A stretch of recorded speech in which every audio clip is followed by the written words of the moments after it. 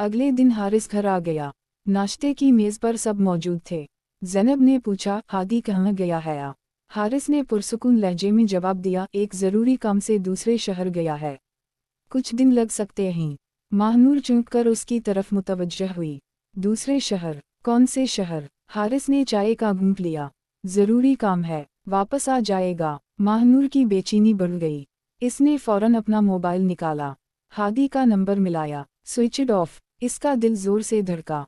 ये पहली बार था। हादी जहाँ भी जाता सबसे पहले उसे बताता था।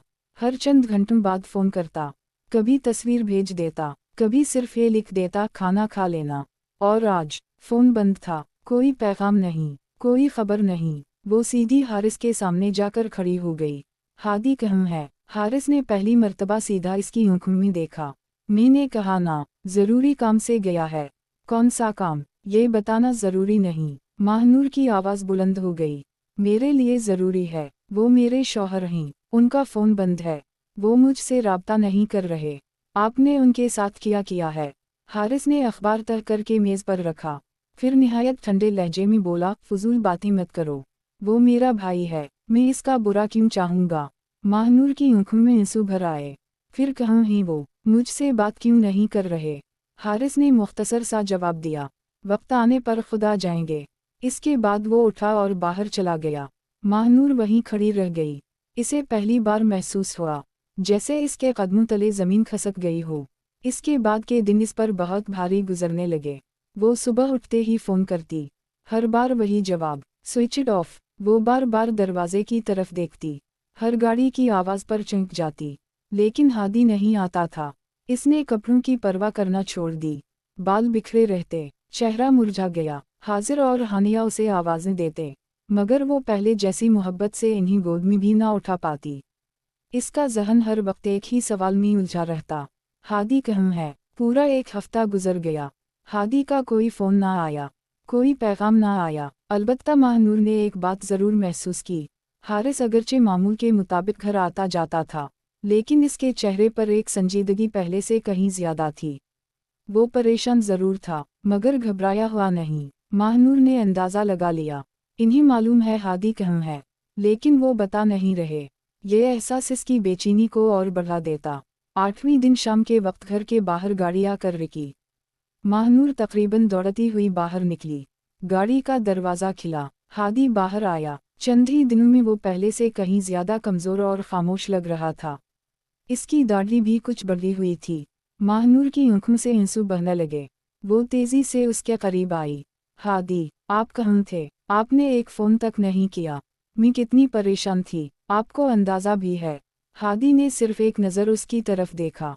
वो नज़र ना गुस्से वाली थी, ना मोहब्बत वाली, बस बहुत थकी हुई थी। इसने आहिस्ता से कहा, मुझे मालूम है। महानूर ने इसका हाथ पकड़ना चाहा। तो फिर ऐसा क्यों किया? आखिर मुझसे नाराज़ी किस बात की है? हादी ने खामोशी से अपना हाथ छुड़ा लिया। मैं थका हवा हूँ, आराम करना चाहता हूँ। वो इसके बराबर से गुजरकर अंदर चला गया। महानूर वहीं खड़ी रह गई। उसने पहली बार महसूस किया, हादी तो घर वापस आ गया था, मगर इन दोनों के दरमियान जो क़ुर्बत हमेशा हुआ करती थी, वो जैसे कहीं रास्ते में ही रह गई थी। आयशा नूर। हादी सीधा अपने कमरे में आ गया। इसने कोट उतारा, कुर्सी पर रख दिया, फिर खामोशी से बिस्तर के किनारे बैठ गया।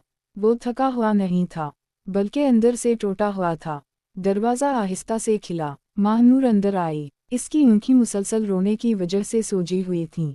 दरवाज़ा बंद करते ही वो तेज़ी से हादी के सामने आ खड़ी हुई। कहाँ चले गए थे आप? हादी खामोश रहा। मैं पागल हो गई थी, हर वक्त आपका फ़ोन मिलाती रही, हर आवाज़ पर दरवाजे की तरफ दौड़ती थी। 7 दिन, पूरे 7 दिन आपने एक मर्तबा भी मुझे ये नहीं बताया कि आप कहाँ हैं। हादी ने सर झुका लिया, कोई जवाब ना दिया। महानूर की आवाज़ भराने लगी, आप तो 8 घंटे भी मुझसे बात किए बगैर नहीं रह सकते थे। जहाँ भी जाते थे, मुझे बताते थे, मुझे हर बात की खबर देते थे। फिर अचानक ऐसा क्या हो गया? हादी ने खामोशी से आँखें बंद कर लीं। इसके ज़हन में फवाद की आवाज़ गूंज रही थी। इसने मुट्ठी भैंच ली। महानूर इसके सामने घुटनों के बल बैठ गई। मेरी तरफ देखें, आखिर मुझसे गलती किया हुई है। अगर मुझसे कोई गलती हुई है तो मुझे बताएं, मैं माफ़ी मांग लूँगी।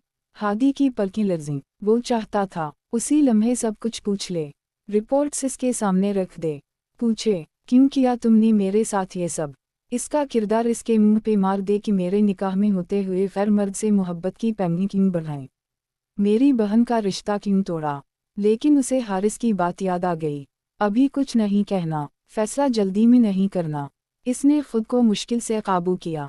माहनूर मुसलसल बोले जा रही थी, किया किसी ने मेरे खिलाफ कुछ कहा है, आपके भाई ने कुछ कहा, भाभी ने, आखिर बात किया है। हादी ने कोई जवाब ना दिया।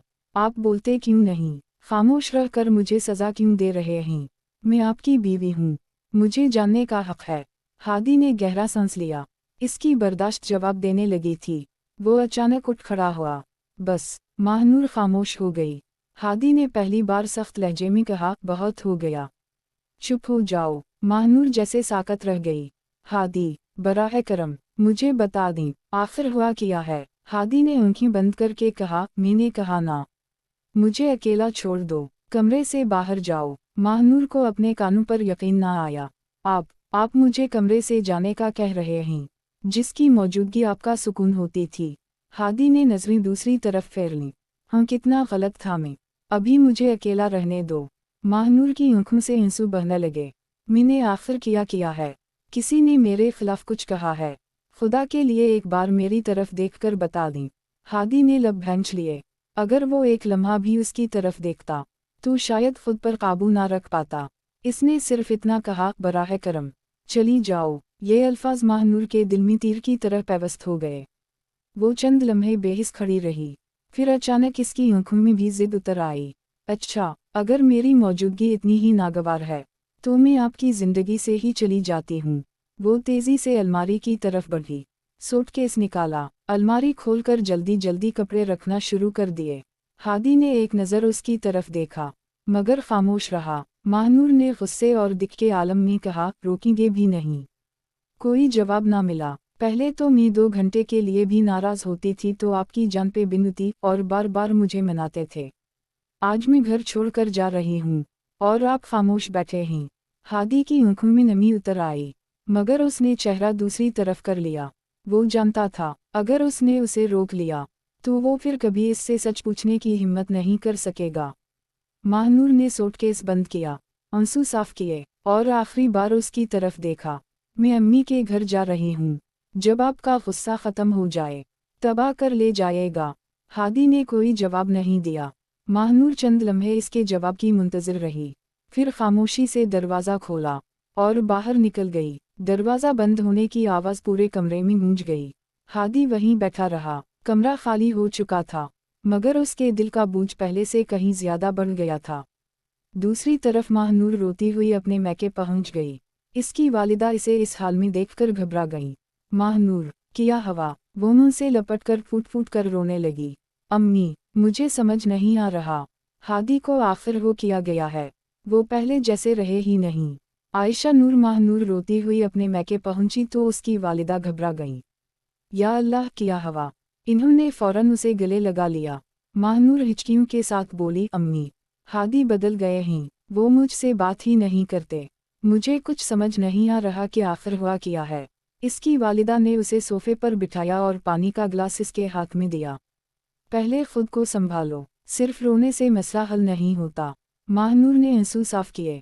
इन्होंने मुझे कमरे से निकल जाने को कहा और जब मैं घर छोड़कर आ गई इन्होंने एक बार भी नहीं रोका। इसकी वालिदा चंद लम्हे खामोश रहीं, फिर नरमी से बोलीं, बेटी, जब तक असल बात मालूम ना हो किसी नतीजे पर नहीं पहुंच सकते।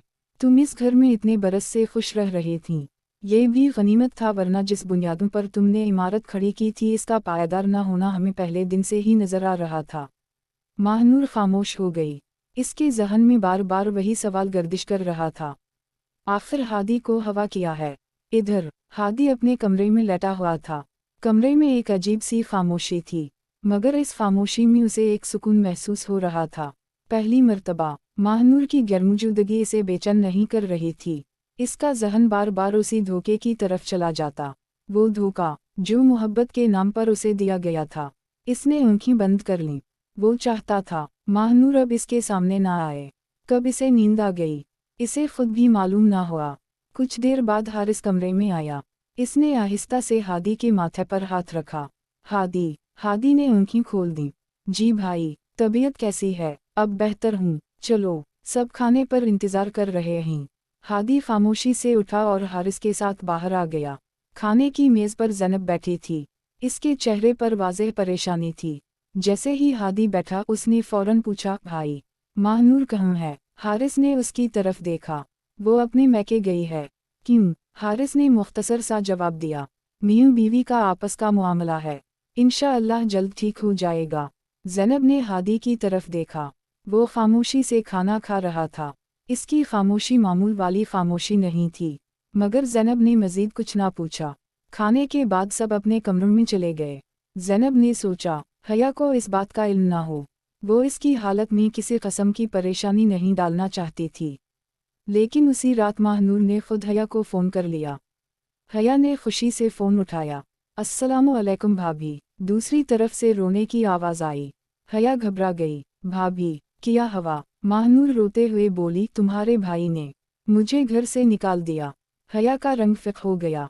क्या? ये कैसे हो सकता है? भाई ऐसा कभी नहीं कर सकते।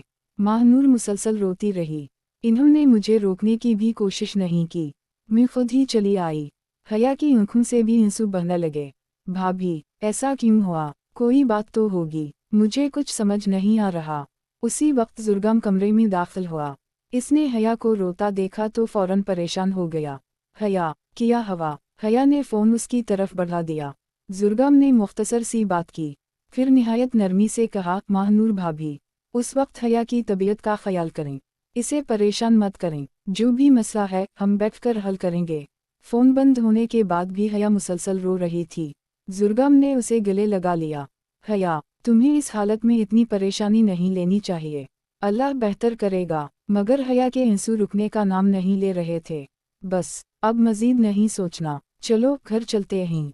वो जानता था, उस वक्त हया को सुकून की ज़रूरत है, मज़ीद सवालों की नहीं। वो उसे अपने साथ ले गया। जाते हुए उसने ज़ैनब को मैसेज किया, आइंदा जब तक बात वाज़ेह ना हो, हया को ऐसी कोई खबर मत देना, इसे ज़हनी सुकून की ज़रूरत है। ज़ैनब ने अफसोस से सर हिला दिया। मैंने कुछ नहीं बताया था, महानूर ने खुद फ़ोन किया था। रात गए। ज़ैनब खामोशी से हादी के कमरे में आई। दरवाज़ा खटखटाया। आ जाऊं? जी भाभी। वो अंदर आकर इसके सामने बैठ गई। भाई, मुझे सिर्फ इतना बता दें, आखिर हुआ क्या है? महानूर इतना क्यों रो रही थी? हादी ने आहिस्ता से सर उठाया। इसकी आंखें सुर्ख थीं। इसने ज़ैनब की मासूम सूरत देखी तो उसके दिल में एक और दर्द जागा। मेरी बीवी ने सिर्फ मेरे साथ नहीं, इस घर के हर रिश्ते के साथ नाइंसाफ़ी की है। इसकी आंखों से एक और आंसू टपक पड़ा, मगर उसने अपने होंठ भैंच लिए। भाभी, अभी मुझसे कुछ मत पूछें, मैं अभी बताने के काबिल नहीं हूँ। ज़ैनब ने इसके आंसू देखे तो मज़ीद सवाल ना किया। इसने सिर्फ दुआ के अंदाज में हाथ उठाए। अल्लाह, मेरे इस भाई के दिल का बोझ हल्का कर दे। कमरे में फिर खामोशी छा गई, मगर इस खामोशी में कई ऐसे राज थे जो अभी सामने आना बाकी थे।